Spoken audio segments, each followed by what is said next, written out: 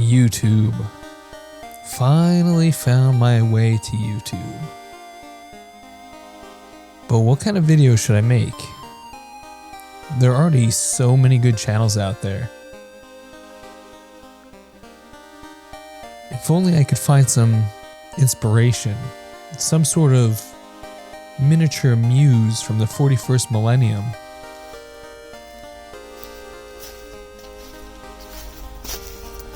Oh, what's that down there?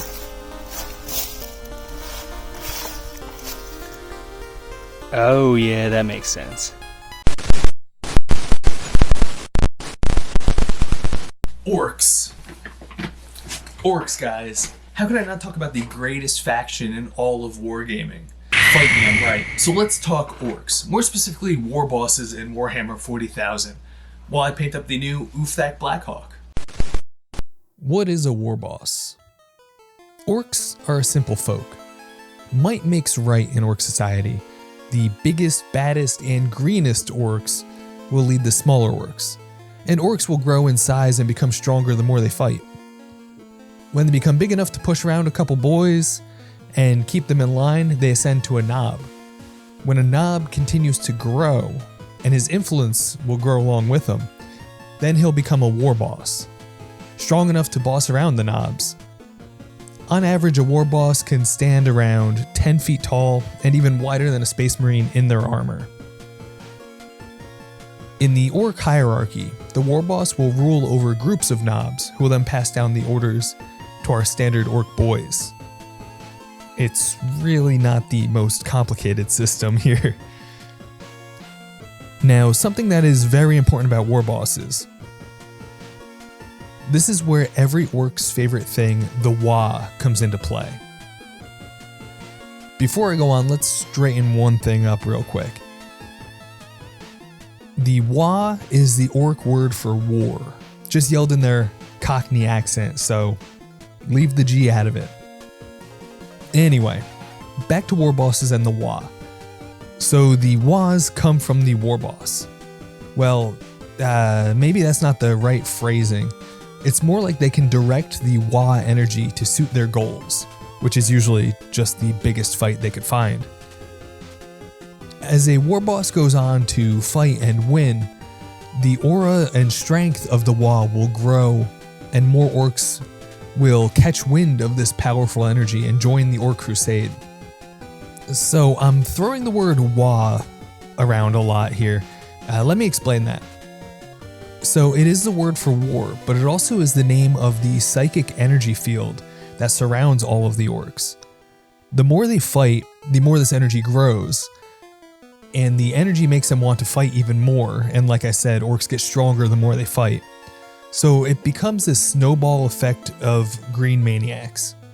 With this, it takes an orc with the power and influence of a war boss to lead the many gangs of one of these conquests, which is also called a Wah.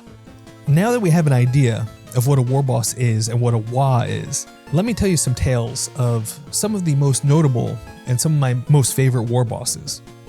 Now, the first boss we have to talk about is Gaz, or Gazkul Mag Uruk Thraka, who's known as the prophet of the orc gods Gork and Mork. This guy deserves his own whole deep dive, but the basics are that this guy launched the second and third war on Armageddon against the Yumis. Also, Gaz has now started the legendary Great Wah, the largest and most devastating orc Wah ever to be seen, with the goal of actually conquering the galaxy. Up next, 8,000 years before the current timeline of 40k, there was a war boss simply called the Beast. This orc nearly took over the galaxy with his Wah. The biggest orc on record, he was at least 10 meters tall, with his ship the Attack Moon, just to show you the size and scale of this guy and his Wah. He even brought an attack to Terra itself and got in fights with Vulcan and survived. Now, time for some of my favorites. There is good old Grizzguts, a war boss who led a Wah through space and time. He once landed in the past and killed his earlier self just because he wanted a copy of his favorite gun. Now, sadly, that's just about all the lore we have on him. But next up, we have Tuska the Demon Killer, a warlord that had a preference for killing, well, demons. He led a Waaagh straight into the Eye of Terror, fighting several demon worlds along the way. Eventually, he was taken down by a bloodthirster. But the moxie on Tuska caught the attention of Khorne himself. And Khorne was so impressed and entertained by Tuska's Waaagh that he resurrected the boss and his horde down in the Brass Citadel, where they now fight Khorne's best warriors to the death. And after they die, Khorne will resurrect them. They fight again to the death and are resurrected again. It's really just an orc living his best life. Let's check out our finished war boss here.